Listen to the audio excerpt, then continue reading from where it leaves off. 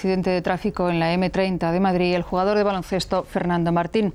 El jugador del Real Madrid, de 27 años y más de 2 metros de estatura, consiguió casi 1000 puntos jugando con la selección nacional y fue también el único español en jugar en la Liga Norteamericana, la prestigiosa NBA. Y entonces empiezan a llegar las primeras noticias de vaya follón ahí en la M30, ha habido un accidente, lo típico que te van contando. Empiezan a llegar jugadores.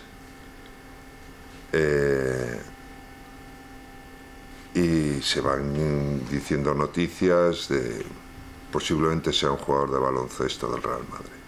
En ese momento lo dieron como un avance informativo la noticia de su accidente y del fallecimiento de Fernando.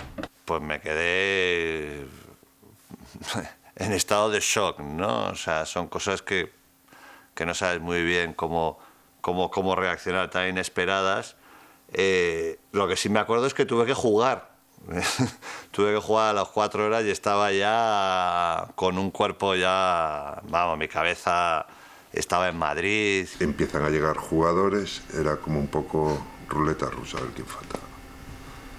Antonio llega, se va contando la historia con las aportaciones nuevas que nos iban diciendo la gente de la prensa que estaba a la puerta del vestuario, que se iba llegando sobre todo en las radios. Y en esto faltaban 2 jugadores. Uno era Quique Villalobos, que me acuerdo que entonces tenía un BMW verde, y Fernando con el Lancia color rojo granate. Y entonces estábamos todos con una tensión porque sabíamos que uno de los dos le pasaba y ya se sabía que el accidente era muy grave. Y en eso entra Quique Villalobos, además entra abriendo la puerta, lo típico que llegaba tarde. ¿Qué ha pasado? ¿Qué ha pasado? Vaya pollo que se ha montado.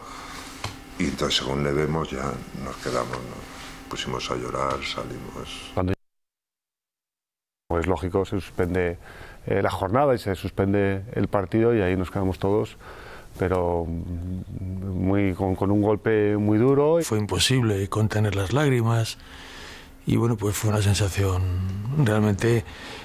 Era la primera vez que, digamos, que perdí a alguien tan cercano en una edad en la que el guión de la vida no dice que tengas que desaparecer. 3 de diciembre de 1989. El baloncesto español y por ende todo el deporte de nuestro país entraba en estado de shock por la repentina pérdida de Fernando Martín Espina. Un jugador de baloncesto adelantado a su tiempo, un pionero que fue capaz de enseñarnos un camino que años más tarde otros iban a recorrer. Un mito hecho a sí mismo, el primer jugador mediático de baloncesto de nuestro país. La magia y la épica del deporte es capaz de generar leyendas que perduran en el tiempo, el recuerdo y por supuesto la memoria de los que lo vivieron. Esta es la historia de una leyenda, de un jugador español que se fabricó la suya.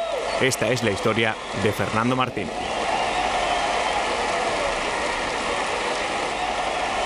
Fernando confluía en varias cosas, ¿no? Primero que fue un jugador extraordinario y yo creo que tenía una manera también de ser y de transmitir. Esto es como casi los toreros, ¿no? Él llegaba a la gente. La historia del mito arranca en Madrid el 25 de marzo de 1962. En la radio suena Twist and Shout de los Beatles y en la capital de España viene al mundo Fernando Martín Espina, hijo de Ricardo y Carmen. Tercero de una familia de 4 hermanos en la que el menor, Antonio, llegaría a jugar con él en el Real Madrid. Físicamente superdotado, Martín era por encima de todo un deportista que termina encontrando su lugar en el baloncesto. Es que lo de Fernando, en cuanto a su carrera baloncestística, fue todo como muy rápido en los inicios, ¿no? Porque estaba jugando a balonmano en el colegio. Un día, a mitad del año, le dice Mariano Bartidas que pruebe a jugar en el equipo baloncesto del colegio. De ahí yo creo que en muy poco tiempo, en 2 meses, está en el Estudiantes Juvenil con Pablo Casado. Y de ahí, en menos de un año, está con el primer equipo de Estudiantes. Se introdujo en este deporte jugando en las categorías inferiores de Estudiantes de Madrid, donde enseguida destacó, proclamándose campeón de España escolar y juvenil en la categoría con la que la selección española conseguiría la medalla de plata en el Eurobásquet de 1979. En 1980 y todavía en edad junior ya fue incluido en el primer equipo de Estudiantes. En 1981, con tan solo 19 años de edad, formaba parte del 5 inicial de un equipo que consiguió el subcampeonato de Liga junto a Vicente Gil, Alfonso del Corral, Juan Carlos López Rodríguez o el estadounidense Slap Jones. Saltan Martín y de la Cruz, el balón para el Barcelona. Tras una temporada y media en Estudiantes, el Real Madrid consigue no sin esfuerzo hacerse en dura pugna con el Joventut de Badalona, con los servicios de un junior en el que muchos ya veían a un jugador de futuro. La primera vez que le veo es en una selección juvenil. En una selección juvenil apenas sabía jugar a baloncesto, pero ya se le veía que era un jugador que tenía una facilidad para progresar tremenda. Entonces, ya cuando estaba en Estudiantes y ya estaba en el Junior de Estudiantes, entonces con la Juventud fuimos a ficharlo.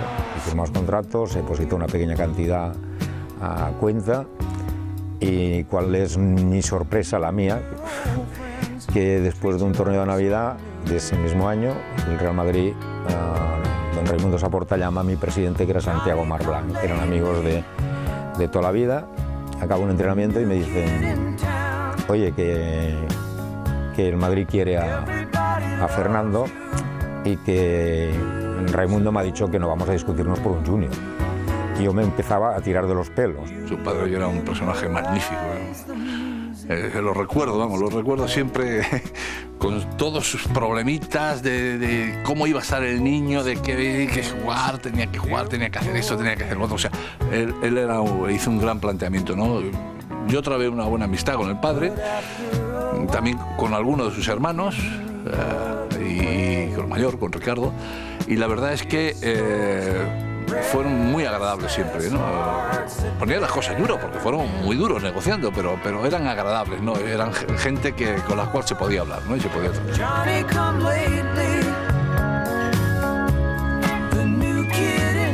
En el vestuario del Real Madrid, el impacto de Martín se deja notar desde el primer día. Fernando no llegaba para ser uno más. Y esa fue un poco el trabajo que yo tuve que realizar también, hacerle entender que todas las cosas necesitan su pozo, que no se ven las cosas igual cuando se entra a un equipo como el Real Madrid con tanta historia y cuando se lleva ya unos cuantos años, que es quizá más importante ser útil al resto de tus compañeros. Hasta entonces en el Madrid la jerarquía se respetaba muchísimo. Fernando fue el primer profesional que llegó al Real Madrid, ¿no? Con tratamiento de profesional. Hasta ese momento el Madrid tenía un funcionamiento, digamos, clásico, ¿no? Muy jerárquico, muy el que lleva 4 años gana más que el que lleva 2. Con 2 pibos, pero yo creo que se puede salir adelante. Un partido mete 50 puntos, o 52, no sé cuántos, y todos nos quedamos diciendo, pero mira este que acaba de llegar y está pidiendo el balón todo el tiempo. Con lo cual, pues demostraba el carácter y las ganas y la voluntad que tenía de Fernando de ser el mejor. Y eso siempre fue, digamos, su documento nacional de identidad. El último impulso, desde luego, de mi carrera, sin ninguna duda, fue la incorporación de Fernando Martín al equipo. Él hizo que yo tirara o aguantara un poco más en aquel equipo, porque dio de alguna manera un poco de esencia, de fondo, a lo que era la realidad del Real Madrid en aquel momento.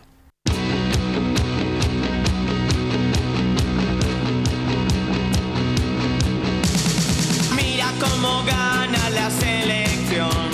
España está aplastando a Yugoslavia por 20 puntos arriba.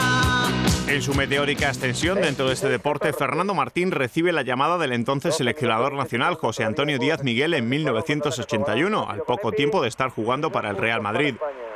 De ese año a 1986, Martín es partícipe más que activo de la eclosión del éxito del baloncesto español en el panorama internacional. Un ciclo de triunfos que arranca con la plata en el Europeo de Nantes en 1983 y que vive uno de sus momentos más álgidos con la mítica medalla de plata lograda por la selección española en los Juegos Olímpicos de Los Ángeles 1984.